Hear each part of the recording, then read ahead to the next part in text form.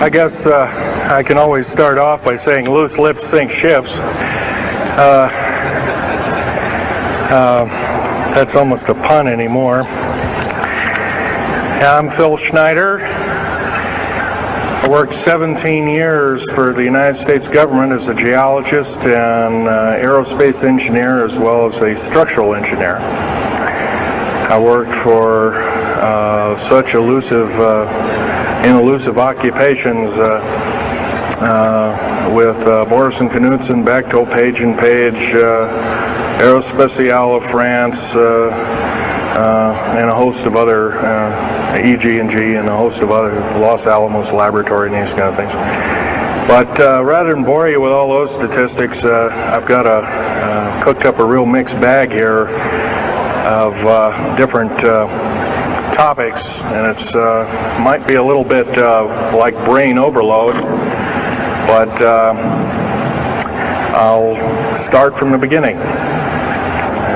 Now, like I said, I worked 17 years, co-invented methods of shape charge blasting as well as laser rock deflagration, which means rock is literally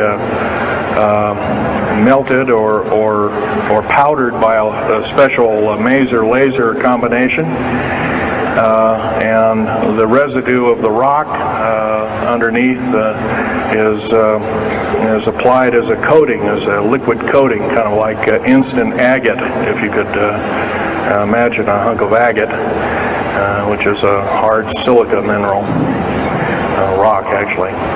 But up here we have another topic. This is an area to where I worked. I worked 11 years of the 17 years at Groom Lake, S4, S2.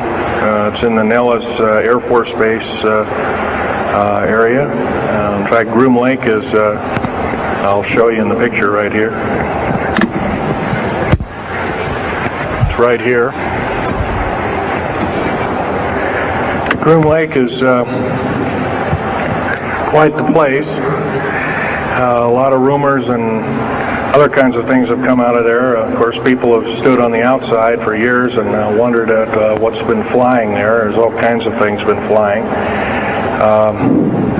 Let me give you a brief overview. Start in ancient history land here. Back in 1909, the U.S. Cavalry was engaged in catching some banditos that had crossed over the Mexican border into a place called Truth and Consequences, New Mexico. And they went into a cave or a hideout and killed the so-called bandits, but what they found out they couldn't explain, and they were called horseshoe craft at that time, or horseshoe ships. There were UFOs, and they saw these, what they called demons, gray demons, little gray guys all around the place. That was in 1909. Now in 1933, our government was actively engaged with the Europeans, mostly the French and the English, in special researches dealing with aerial phenomenon.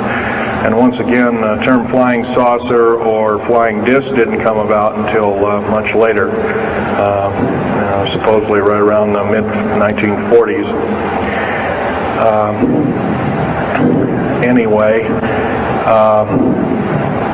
the whole thing here is that also in 1946, I might want to add, we were engaged in atomic bomb testing and this kind of a like, and of course the area of Bikini Atoll. Some of the pictures are over here on the white board. Are showing with the actual language of both the U.S. Army and U.S. Navy archives. Anyway, these flying ships were seen as early as 1945, 46. Some of them were called Foo Fighters, and you name it. that were fully known about, maybe as early as 1935 or 36 by our U.S. Navy. And there was a shallow underwater base at Bikini Island, and that was probably the one reason why a number of atomic bombs were exploded in that area rather than other areas which they could have been even more remote out in the South Pacific at Operation Crossroads. Well, anyway, this all led up to later on, about 6-8 years later, 1954, during the Eisenhower administration, led to an interesting treaty called the Greada 1954 Treaty. It was the Alien-Human Treaty.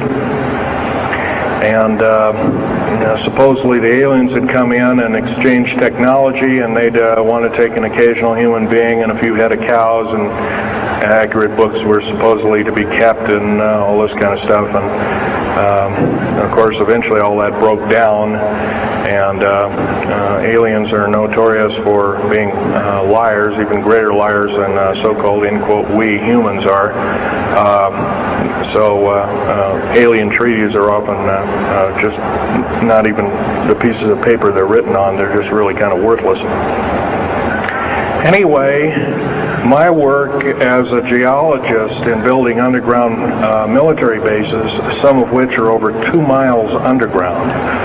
And I think when you listen to Al tonight, if you have a chance to listen to him, he will speak of, Al's actually been on some of the high-speed monorail subway cars, if you might want to call them, that link these bases together. Some of them are capable of riding on a cushion of air about 3/4 of an inch off a rail at a better part of Mach 2. And he's actually been on one of these trains. I've only been in one of the tunnels and helped build some of the tunnels. Incidentally, I helped work on 13 deep underground military bases. Had hands-on experience. Notorious was the one in and around the Dulce, the southeastern and southwestern sides of Dulce, New Mexico, in the Los Alamos laboratory regions, where we built some hermetically sealed rooms that were very deep, going down over a mile. We also built additions onto Groom Lake and S2 and S4 complexes. There are a total of 9 underground. They're called DUMBs. Like, you can learn a lot from this dummy, but DUMB stands for Deep Underground Military Base.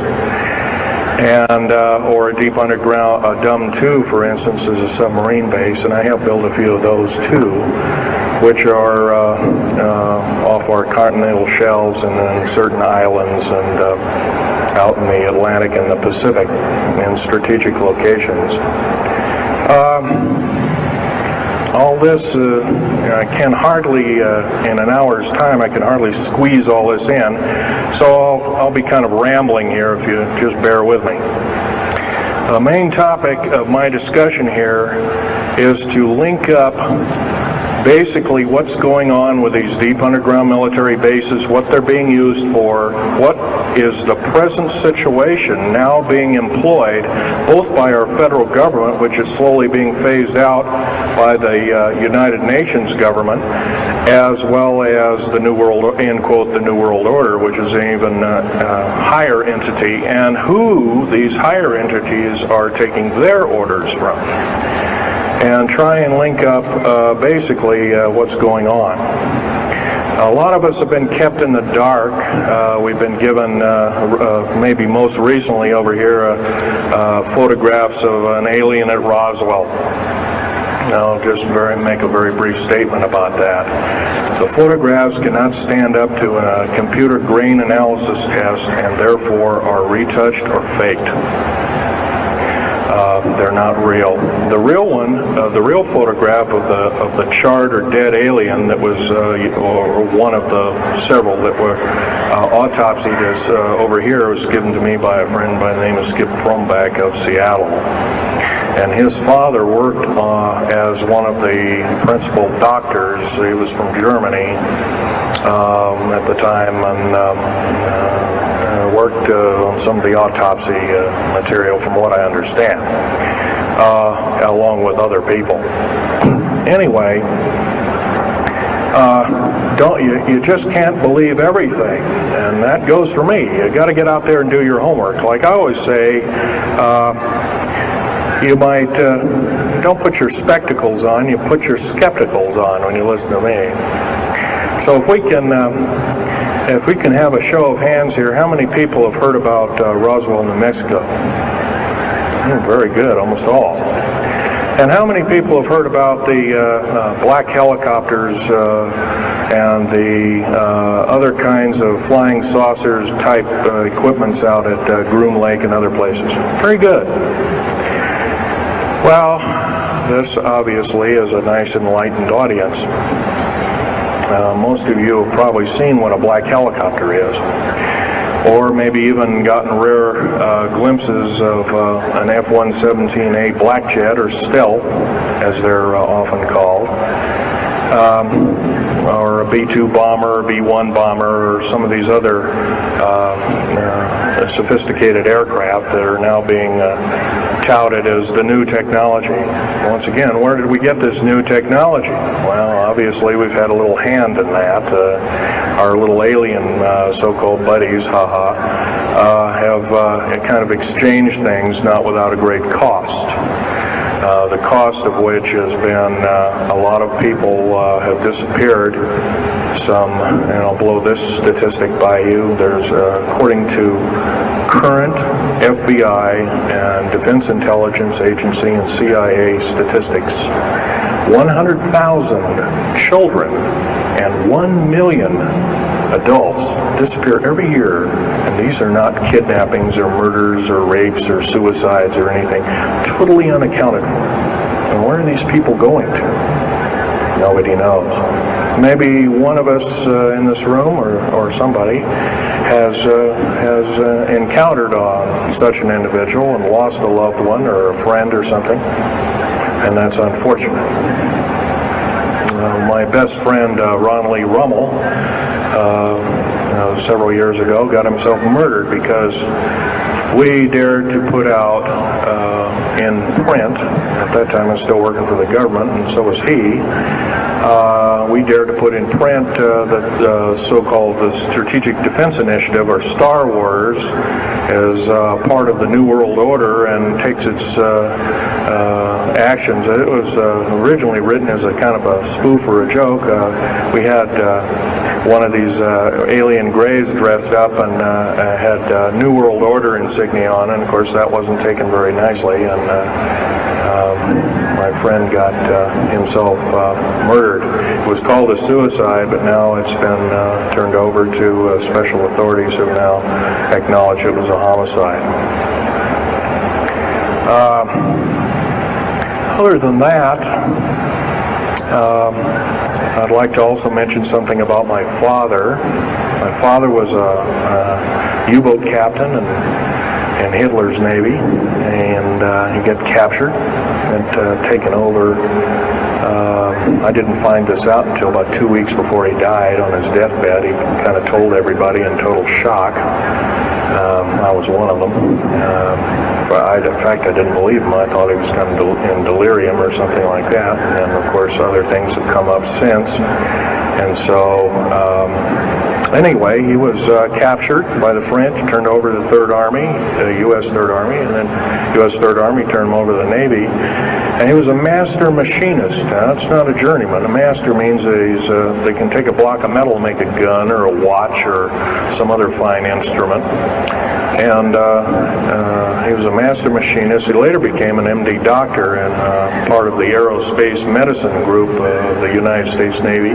Was instrumental in helping build the USS Nautilus and its first nuclear-powered predecessor, the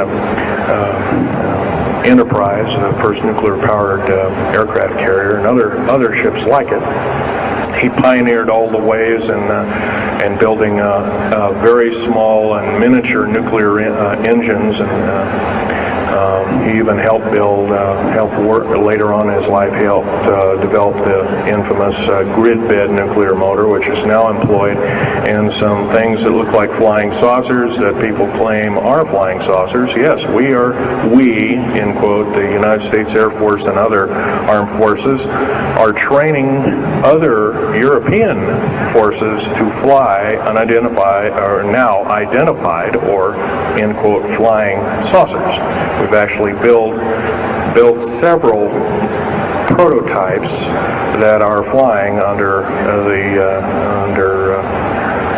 names of black craft. My position as a geologist and engineer got me to see a lot of things in the world. I've been in over 70 countries. Also worked for NATO. I carried a level 3 security clearance with a rhyolite factor. Rhyolite is a hardened factor, only given out to a handful of civilians and maybe a couple of hundred military men worldwide. I thought I was doing the nation, United States, as well as the world a favor by, I thought I was kind of keeping my end up. Well, it didn't work out that way. I was to later find out that these underground bases are now being employed as strategic bases for, in case there is martial law in this country.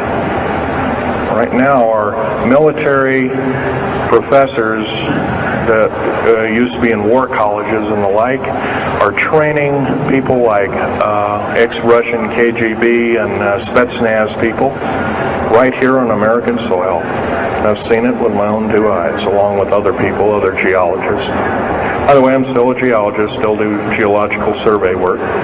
However, I don't work for the government anymore. I took my security clearance and all my government stuff and cut it up and sent it back to the, pardon my French, SOBs. When I found out that a number of these 131 deep underground military bases are being used to subvert the Constitution of these United States and its people, I says, that is enough. I can't possibly be connected. Oh, well, Mr. Schneider, you can't quit, they said. Well, I says, yes, I can. I'm an individual, I'm going to quit, and I'm walking off the job. And he says, so I got arrested and casually told, well, you got to finish a job. And so I caved into that part, and I finished 3 weeks, and then at that time my father was dying, and I was allowed home, and I never went back for my paychecks. Don't intend to either. These people are beginning to show signs of being our utmost enemy. I'm talking about military people now engaged in training foreign troops on American soil, clearly against the Bill of Rights and the U.S. Constitution. It's why we formed a government, why our forefathers formed a government, a republic of these United States in the first place, way back 200 plus years ago. Because the drawing and quartering of soldiers, taxation without representation, law by edict, otherwise known as today's version, executive order, among other things. The very reasons that we became, in quote, free, a free republic, a free society, possibly one of the greatest nations to ever be a nation on this earth, were instilled in our founding fathers that are now so far away from the people now running our federal government structure. So I'm here today to touch upon a number of subjects. One being that these underground bases, roughly over 3 of them per state.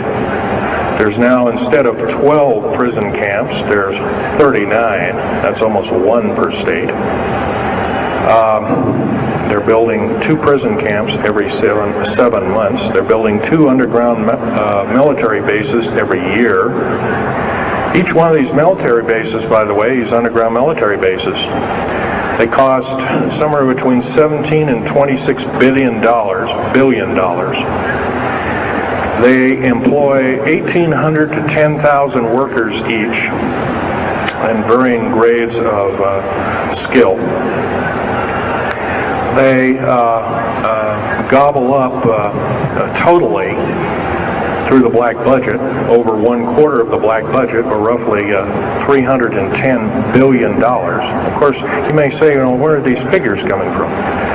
Well, the black budget, as we know it, in quote, black projects, which anything called black is significant of hidden from Congress, hidden from the American people, and very few people are even in the know about it at all. But black budget per year garners over $500 billion a year. And it's these kind of huge quantities and sums of monies are garnered through CIA drug activity, National Security Agency clandestine operations, mostly in Panama and South America. Now also engaged in Russia in bringing and refining strategic metals. By the way, you might want to ask, where's all these kind of interesting new metals coming from? Over here on the whiteboard we have the new periodic table. It's got 140 elements. Now in our high schools of today, I was in a high school about a week ago, I saw a new periodic table had 105 elements on it. Now somewhere, we're not being told the truth. We're being lied to at every turn and every corner. We're considered less than morons. So the government has made itself an entity, an independent taxing body, an entity into itself, and isn't accountable to anybody. Not even the so-called New World Order.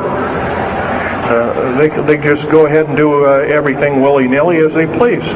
There's nobody checking. You don't have to worry about this. Occasionally there's a senator who pokes a nose in here and there, and that senator finds out either nicely or not so nicely that you don't do things like that. Now, if we're to gain a grip on our country, if we're to take our country back, we must first ask our public officials if they cannot tell us the truth, and we will impeach them, or they will be impeached, or they'll be tried as traitors. This is pretty stiff language. Already it's slowly beginning to trickle out and to occur to a number of people that this may be the only way out. Also, our founding fathers, George Washington, Patrick Henry, and a few of the other ones, came up and said that you don't want to let the beast out of the box. And they were talking about a runaway government. You don't want to allow your government to become like England at that time. And so they warned us about this very same kind of thing. First of all, the United States is not a democracy. It's not a republic anymore. It should be a republic. That's to the republic for which it stands, one nation under God. Why we can't even pray in the public schools anymore. We have to have a Supreme Court judge or group of them, plus Janet Reno and company, among other things, telling us what to do. interpret for us as if we cannot read with our own two eyes and understand with our mind. This, of course, is bad policy all the way around, and I guess I don't need to blow that by your ears. Okay, on another subject, I have a number of items up here at the table,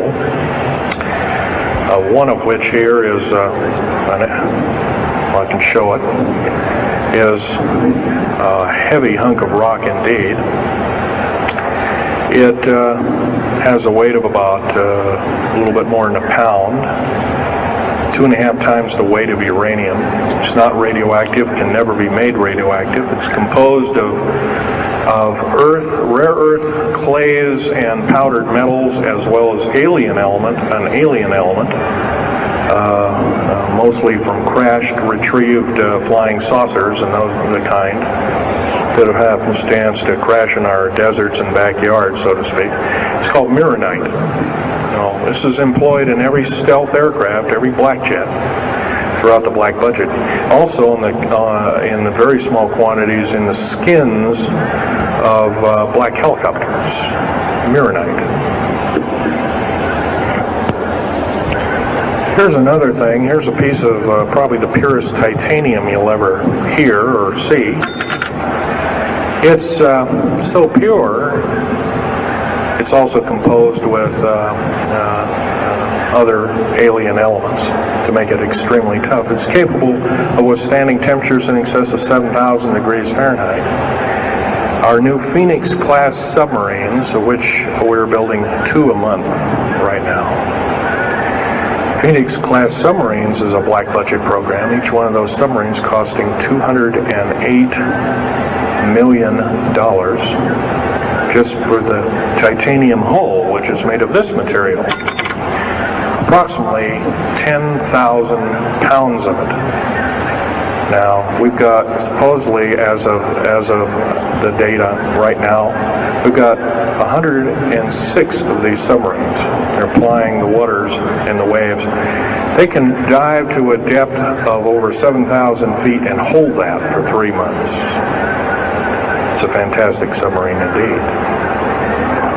It has 11 grid-bed nuclear motors on it, engines that run everything, purify the air. And by the way, these aren't your usual nuclear motor installation. They're very small. They're probably no bigger than this podium, weighing less than 3,000 pounds, putting out as much as the equivalent of 3 aircraft carriers of the Enterprise class. But these Phoenix-class submarines are getting this metal. Now, where are we getting the metal? Well, it's being stockpiled in a number of strategic locations. Supposedly, I've heard stories, well, it's being mined on the moon, and I have no way of proving that, one way or another. I think we're probably getting it from Russia, or refining it in outer space. What are we shuttling? Basically, a shuttle, a secret shuttle flight. 1 a week now is going up and back. What are they shuttling? Well, obviously, they've got kind of their own little laboratories up there, space station, and all this kind of stuff. Remember, what you're being told is only just a smattering of the truth. It's not the real truth. Maybe it's 5% of the truth. Maybe it's not even that. You can rest assured you're not getting much. Another strategic metal is this particular bar with some strange crystals on it, scalenohedral crystals of niobium, titanium, rhenium, copper oxide.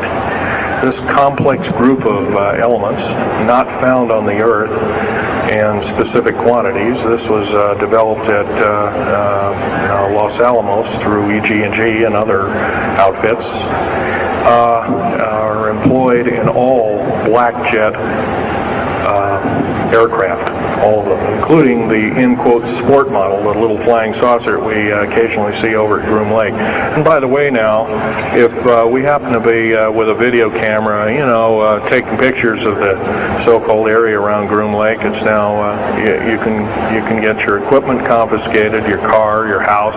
You're considered the same thing as a drug dealer, and you'll go to jail for 5 years, up to 5 years, and $1 million fine. I personally don't think this is what I'm hearing.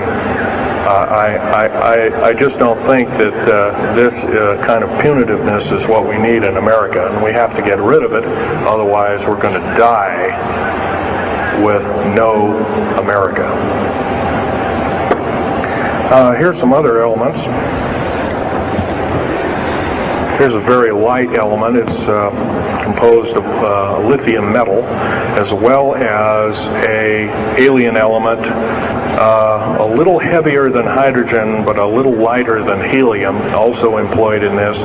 It's used in secretive methods of propulsion, and it also is in a peculiar scalenohedral crystalline form. And anything scalenohedral, and by the way, a scalene triangle is no side is equal to another side. A scalenohedral metallic crystalline structure is definitely an alien element, or alien technology converted over to our own technology. These were given to me about a year ago. They're called alien or aurora drops. It's supposedly the skins of the black jets, some of the ones that are coming in at very high rates of speed. They're still glowing red hot, white hot, and they'll sit out there and cool off, and they're dripping their material off of them. And it's kind of like a rubberized coating. It's not rubber, I can tell you that. It's as hard as lava rock or harder, capable of withstanding tremendous temperatures, but nonetheless some of it sloughs off every time, and so they just kind of scoop it up and throw it in the trash can. There are a few pieces of it. Here's one of the hardest so-called man-made rocks. Once again, it's got a number of alien counterpart. It's got an alien crystalline structure to it, very advanced. It's about 11 times harder than a diamond, about 70 times stronger than a diamond, capable of standing temperatures in excess of 10,000 degrees Fahrenheit. It is employed as very thin coatings or windows, tiny windows, in hypersonic aircraft that exceed Mach 5. Here's an interesting artifact. Right here in this hunk of rock, which by the way was an old 100,000-year-old chipping tool found in Syria,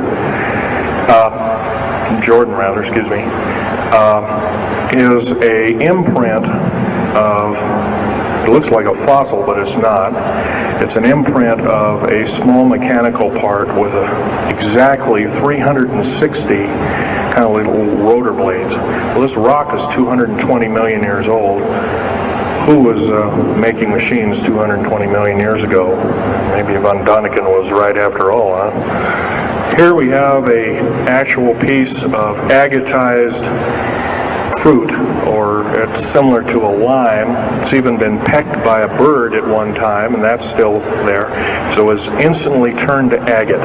It is the same agate or chemical structure as material found at Hiroshima and Nagasaki after the A bombings in World War II, where grasses and flowers and petals of flowers and other kinds of things were instantly petrified, turned to agate. It is the same identical crystalline structure. However, this particular piece is about 20 million years old, and it's still got its original green coating, and it's basically unchanged. Perfect condition. Likewise, here's a garlic plant about somewhere between 20 and 35 million years of age, and once again it's got that same pink agate coating. And here are some pieces of the metal skin from the crash disk at Roswell. It was given to me when I was 14 years old. My father was visiting one of his old friends in the Navy archives, as well as he was in the Royal Navy in England. And I, as a 14-year-old boy, I says, "Gee, Dad, can I ask Johnny something?" "Oh, go ahead, ask him. Get anything you can from him, that kind of thing." I says, "Well, gee, Johnny, well, do you think I can have a piece of this metal?" "Oh, no, you can't have that." And I says, "Oh, give it to the kid. What the heck? He won't have it very long anyway." Well, I've had it all this time. It's kind of a unique thing. They were able to break the skin of that craft, by the way, by dropping it into a bath of liquid nitrogen, hitting it with a mechanical or hydraulic hammer, and it shattered into little bits. And it was later analyzed and adapted for our own technology. All these artifacts are fine, but once again, the main part of this talk is, where's it all leading to? We get very little spin-off to where any of this is leading to. Occasionally we'll get a new computer, or maybe a quartz watch, or some little trinket, kind of like giving the Indians beads a couple of hundred years ago. Well, we're getting these little spin-offs. But the black budget still rolls on, garnering up over $1 trillion every 2 years.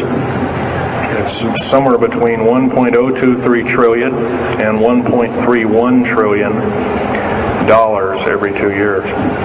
And every year it goes by and the black budget is unchecked, unaccounted for. It's just subverting our country. That's number one. Number two is that these underground military, first of all, if there was something like a nuclear war or there was a definite enemy out there where we were going to be under attack, like from China or someplace like that, I could see maybe a couple of dozen underground bases for a government, and so it could theoretically rise up like the phoenix out of the ashes. Well, not 131 of these, and if you were going to so-called round people up and put them in prison camps, what a better prison camp than underground, where nobody knows where it is anyway. So once again, these underground bases are most likely been planned as underground prison camps and slave labor factories for the New World Order. New World Order, by the way, is getting, and I'm probably the only person ever talking about this, the New World Order is taking, and the United Nations is taking its orders from, believe it or not, these more powerful outer space alien entities. We might call them the large grays or the small grays. Sinister forces indeed. And you might want to say, well, gee, how come we don't see more of this kind of thing? Well, you can just imagine. If you're only being told 5% or less of the truth, that isn't very much to go on. That's one thing. Another thing is you don't find very many people coming up here and letting you have hands-on experience. I'm going to try and do this to you. However, I do ask you to go out and do your homework and keep doing it. Don't necessarily believe in what I'm saying, but get out there and talk to people. Whether it's just a couple of neighbors or friends or something, get out there and talk. Because one will tell two and two will tell four, and then pretty soon you have a whole room full of people that are in the know. And then from there, wonders can work. Other than that, as far as changing the black budget and these clandestine programs, public opinion is only going to do that, and it's going to take millions of us. But we have to be informed, and to do that, we have to be doing what we're doing now, gathering and talking. And, of course, most of us are adults and can weed out fact from fiction. Most of us are responsible adults and know the difference between fact and fiction and how to use it or how to abuse it. And so we therefore have to continue to keep studying and keep talking. If there's just me out there, and believe it or not, there aren't very many people like myself out there talking. I've given over 30 talks in the United States, Canada, Japan, went over to England, went to Japan kind of illegal, came back the same weekend. They flew me in and out, but gave a talk to a number of their execs, and they were very interested indeed. Now, if this is all a bunch of poppycock and hooey and poo-poo, I wouldn't be listened to, be given an audience by these people, but evidently I have. But 13 attempts on my life since the first of this year.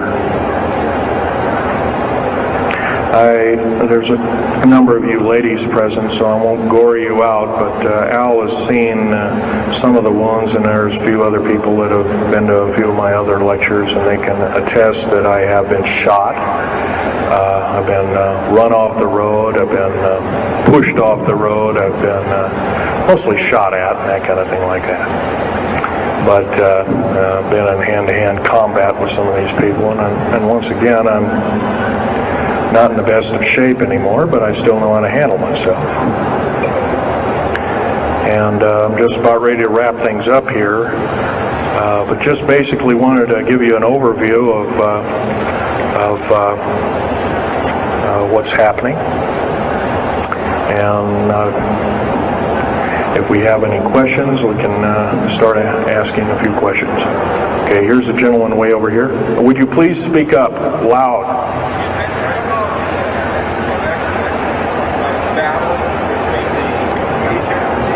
Yes, I was involved in in 1979, in August, late August of 1979.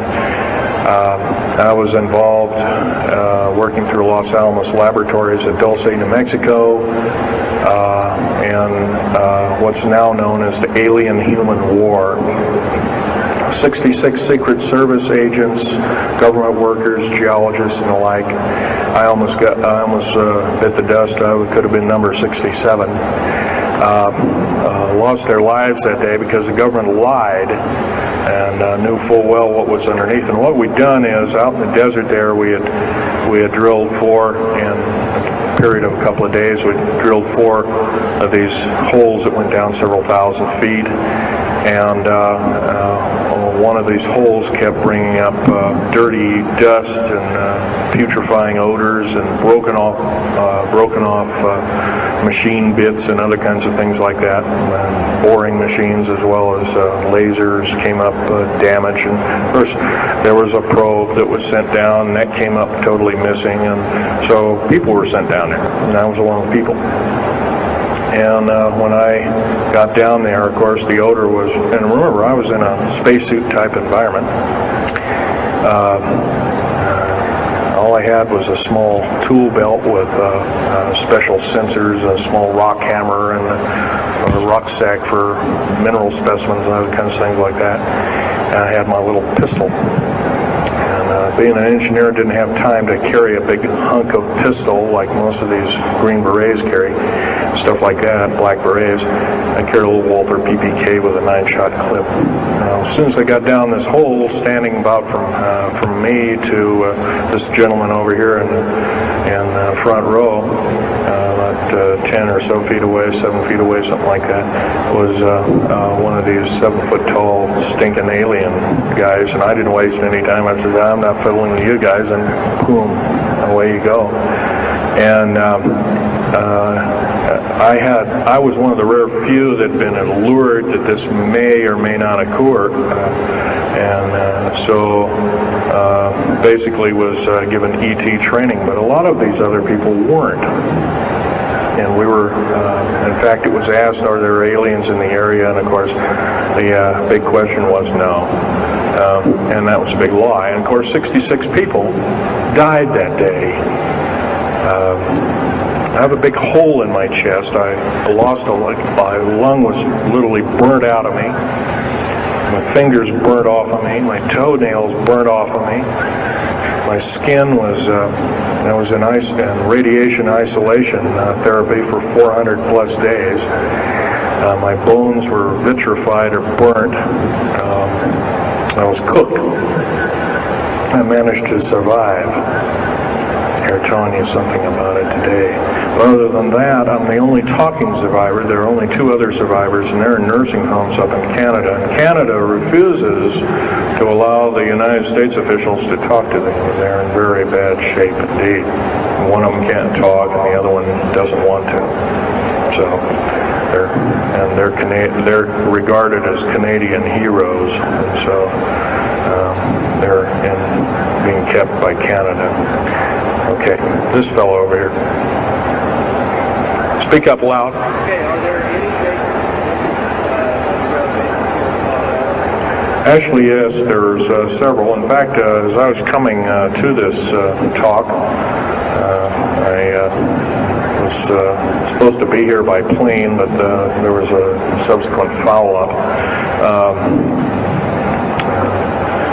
Anyway, I drove all the way and did it in one day.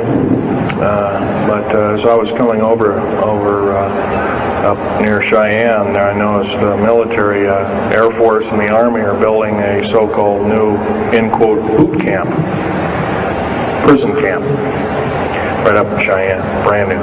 And I was here 3 months ago. I wasn't there. So it's something brand new. In Colorado, yes, there's about 4 underground bases, one being at Denver International Air Base. I call it Air Base, Spaceport, or whatever you want to call it. Denver International Airport. No wonder your luggage gets lost. There are 8 levels underneath the airport, tarmac there, end quote, tarmac or cement mac.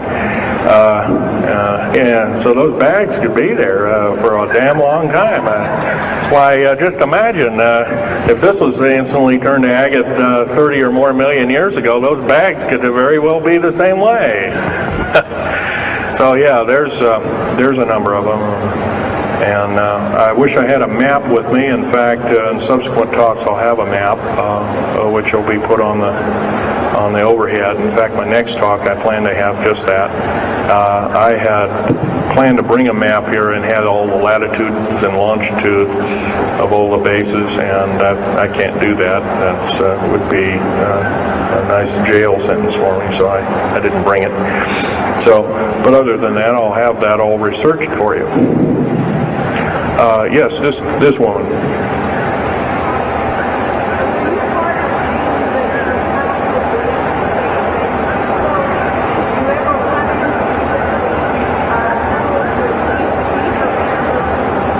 Yes, as far as there being an inner Earth, a hollow Earth or anything like this, no, I've never run into anything like that. However, Al Bielek has been on these tunnel trains at the better part of Mach 2, going from coast to coast in an hour and a half, faster than any jet plane that we got, including the SST, or thereabouts, the same rapid speed. But I helped build a lot of these tunnels, and all of the underground mountain or military bases are connected, all of them, all 131 of them. They're connected both by road, not a big freeway under there, but it's at least a 2 to a 4 lane road, rather narrow lanes, but they're there, and they're also high-speed magneto-leviton train tunnels. Yes, this lady over here. Stand up and speak up, please.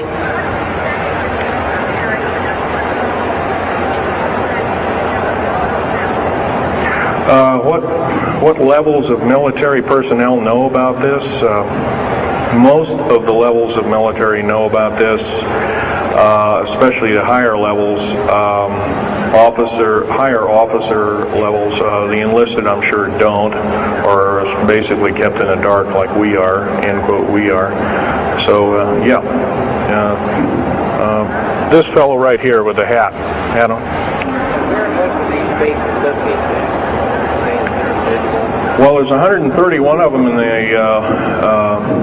the United States, 127 of them in the lower 48.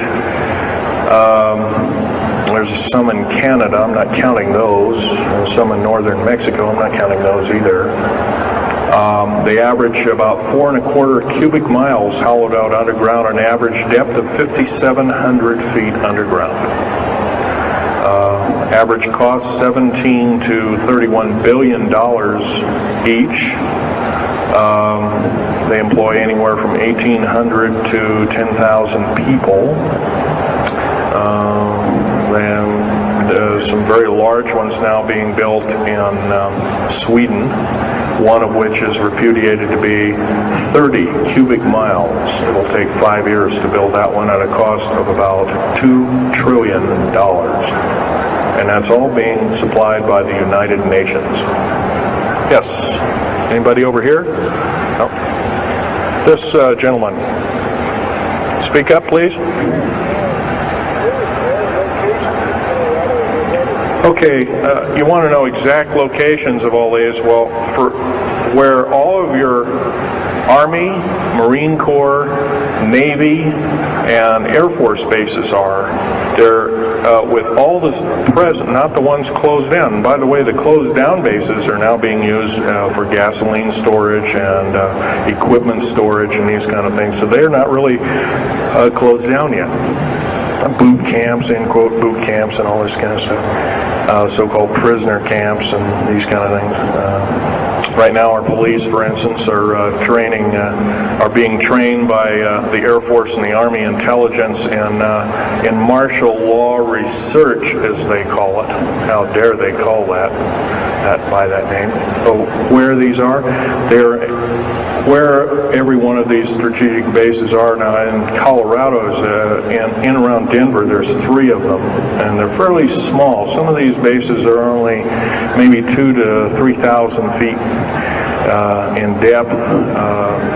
Some of them were built a long time ago, back 35, 40 years ago, and they're only maybe 500 feet, and they're mostly for equipment storage. Denver, and then there's Fort Collins. There's also Colorado Springs area has a number of them. By the way, Colorado Springs is kind of a famous area. Nikola Tesla's laboratories were in Colorado Springs, and need I say more? I'll leave that up to Al Bielek. As far as Nellis Air Force Base, there's 9 underground mountain bases in Nellis Air Force Base. That's in Nevada. It's north of Las Vegas.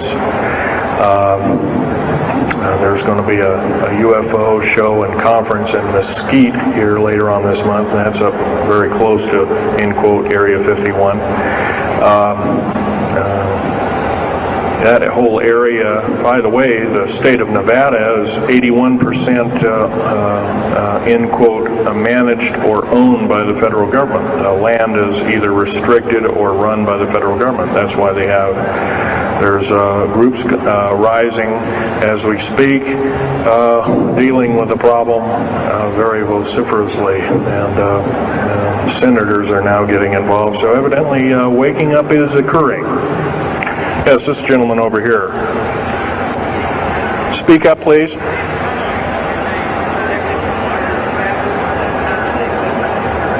Okay. Yes, they are.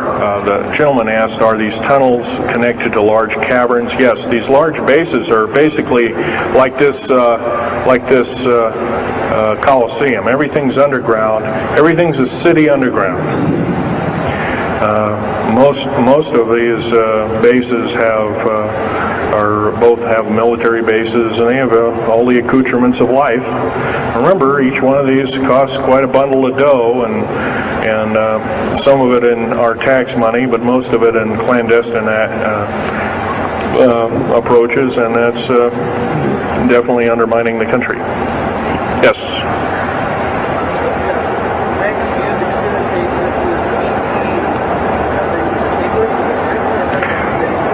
Well, some of them have a difficulty in understanding our language. It's too slow to them.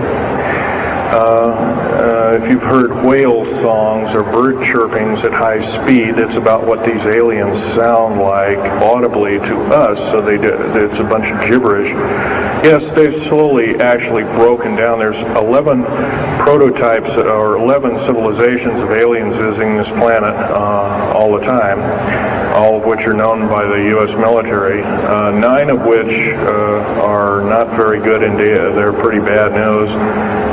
2 of which are benevolent, but the benevolent ones have supposedly left.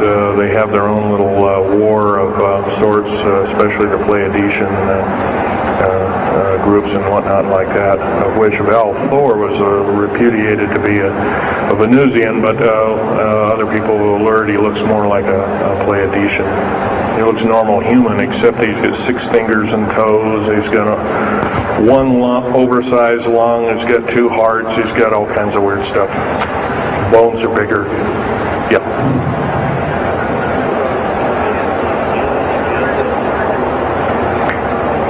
The man asked, do I tie in the alien agenda to the New World Order? Yes, sir, 100%. I can elaborate briefly. The New World Order right now basically is dismantling countries, governments, telling governments not to war with each other anymore, basically, so that looks good on the outside. They're taking their orders directly from the aliens who've got their own timetable. They want the one world order because they want the planet for themselves. Of course, you've often heard of the term Global 2000, and that's a supposed sinister plot, or has been a group of sinister plots to produce biological weaponry to reduce or thin out the so-called ethnic cleanse the population of the planet by 5/6, or roughly 5 of 6 billion people, enslaving the rest to work willy-nilly with the so-called people of the New World Order. Now, another peculiar thing is the alien agenda is not really well believed nor understood by a lot of these one-worlders. They don't believe it. They think they've been singled out for their own end of glory, and what they don't know is they're just another human being, and according to the negative or bad aliens, they're just another we're considered bags of food to them. They don't eat us like we think of a cannibal eating a hunk of meat, but they use our glandular secretions as part of their food base, their blood and our glandular secretions like adrenal chrome and other kinds of things like this. And in fact, the Atlanta Center for Disease Control has figured out ways that we can combat this and all this kind of thing like that. It might be where these new designer diseases like AIDS and Ebola and hantavirus and all these kinds of things have come up out of nowhere, and these diseases, end quote, almost have a mind of their own. Yes, this lady here.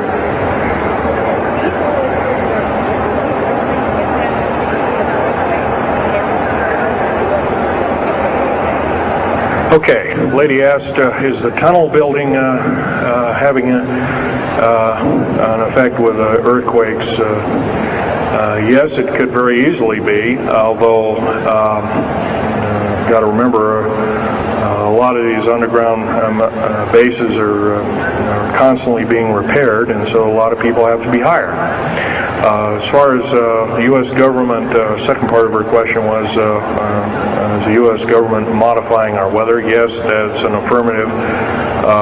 And we have, the U.S. government's been working with the Russians for at least since 1972 and maybe as early as 1966 on weather modification, and it's a well-known fact, and it's well employed. And by the way, they can literally weather modify a hurricane or a tornado out of existence.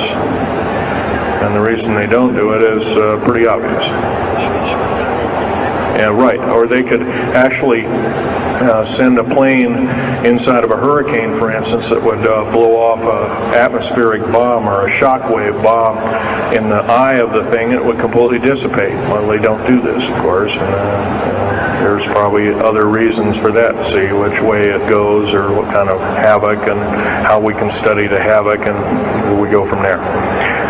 This fellow way in the back in the black. How do we learn more about our general topic? Well, there's this particular fellow, his name is Richard Souter, PhD. He wrote a book recently, Underground Bases and Tunnels, What is the Government Trying to Hide? That is one book. Then we have here's a popular science article, Secret Air Base. The government doesn't want you to know that Groom Lake, supposedly Groom Lake doesn't exist. Well, I guess if it doesn't exist, then me talking about it, I guess I can't be arrested or anything. I'm just full of poppycock here. Well, the editor, one of the editors of Popular Science that put this article out is now in federal prison. Then there's a book that called Stealth Fighter Pilot. These books are available. I got this one at Dalton's. This one actually was sent to me by the publisher. I did some test piloting, and the only thing I test piloted was would run the aircraft back and forth on the runway, the special runways they built at Groom Lake. There's a picture of me in uniform. And I can go on. And these publications are out now, and they're available. Yes, this lady over here.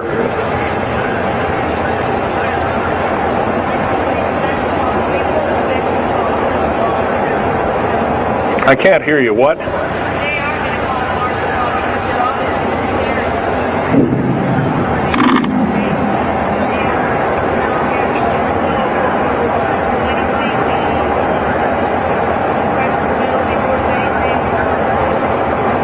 Okay. Okay, that's kind of a mixed bag question there. She asks, with martial law being called, will precious metals and all these kinds of things. First of all, hoarding anything will be outlawed. If you hoard food, have a radio, any way of communicating, stash gasoline, these kind of things, you'll just be rounded up and that'll be the end of you. Martial law is martial law. Martial law is dictatorship of the worst form, or one of the worst forms. And her other part of the question, if I got it right, was when's the alien takeover? Well, the alien takeover right now is, and probably will be for probably the next 20, maybe 30, 40 years, will be basically in the background. The idea is to get the one world beast-like government order in place, and to thin out the population of the planet. And then, of course, then all heck will break loose from then on.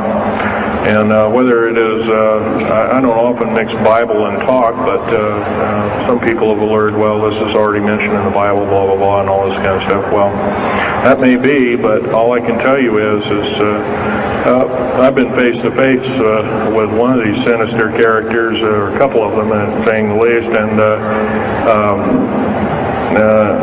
most people would, just the shock of them seeing such a thing would cause them to not be in very healthy mode, frame of mind, as physical as well as mental. This man here in the blue coat.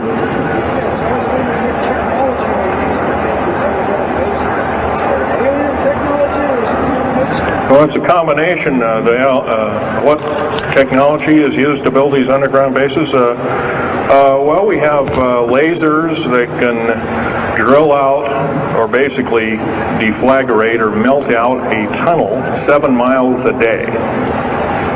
And that tunnel is 28 feet wide, 28 feet high. You've been told about drilling and boring machines in a very slow, quarter of a mile a day.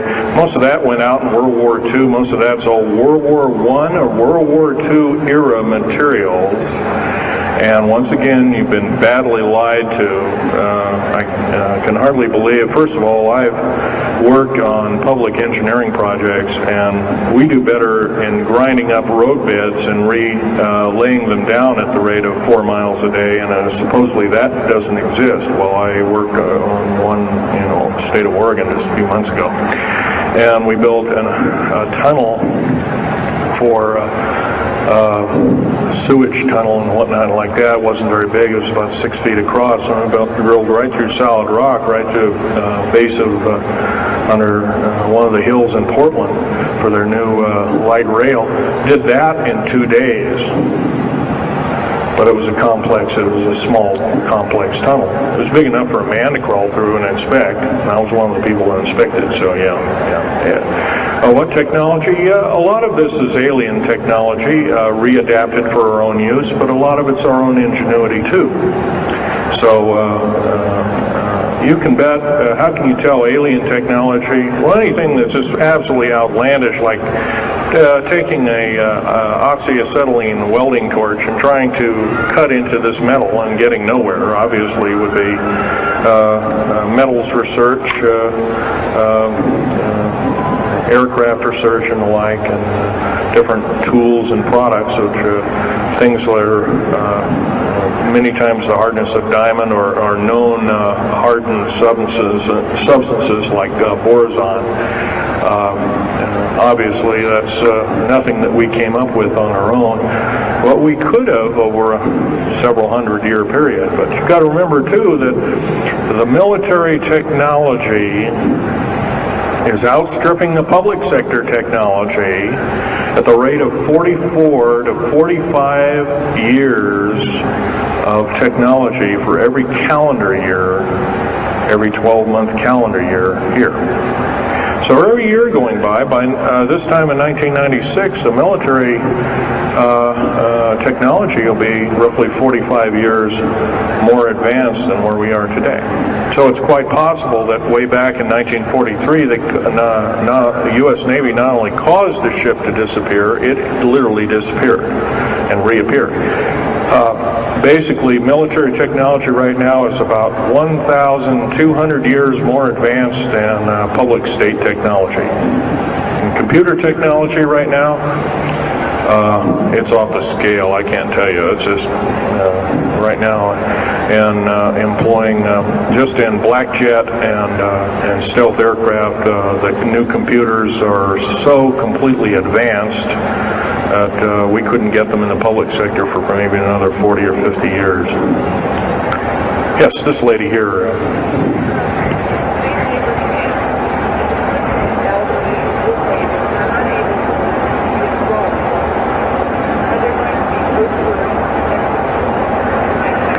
Well, the lady asked with the slave labor camps, the old, the infirm, the handicapped, are they going to be executed, and will there be executions? You can bet your bottom dollar there actually will be these things. I wish I knew more, but I don't. I've had my own agenda to kind of keep up and talk about. But other than that, yes, I would imagine so. If you look at all the 39 prison camps that are presently built, and they're called boot camps, by the way. And of course, these new trains that they have that have 143 shackle placements per train, they're a scary thing indeed. You know what they're called? They're called United Nations Prisoner Transfer Cars. Oh, that's an appropriate name, I guess. Well, we got to wrap it up here. They're telling me it's time. I'll take one more question. This lady over here.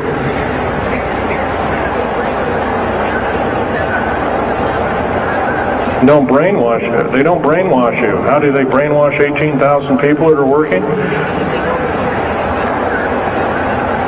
Well, you sign this little piece of paper saying you work, you go to prison for the rest of your days. Or you're not going to be taking home a paycheck of about anywhere from $4,000 to $40,000 per month, depending upon your position. 40,000 a month's a lot of petunias. Okay, well, I got to wrap it up here, folks. So I'll be over in Al Bielig's booth. I think it's over in booth number 125. I could take other questions there and let you take a look at artifacts. And once again, on these artifacts, in a very few minutes, don't handle them, just look at them. Thank you very much.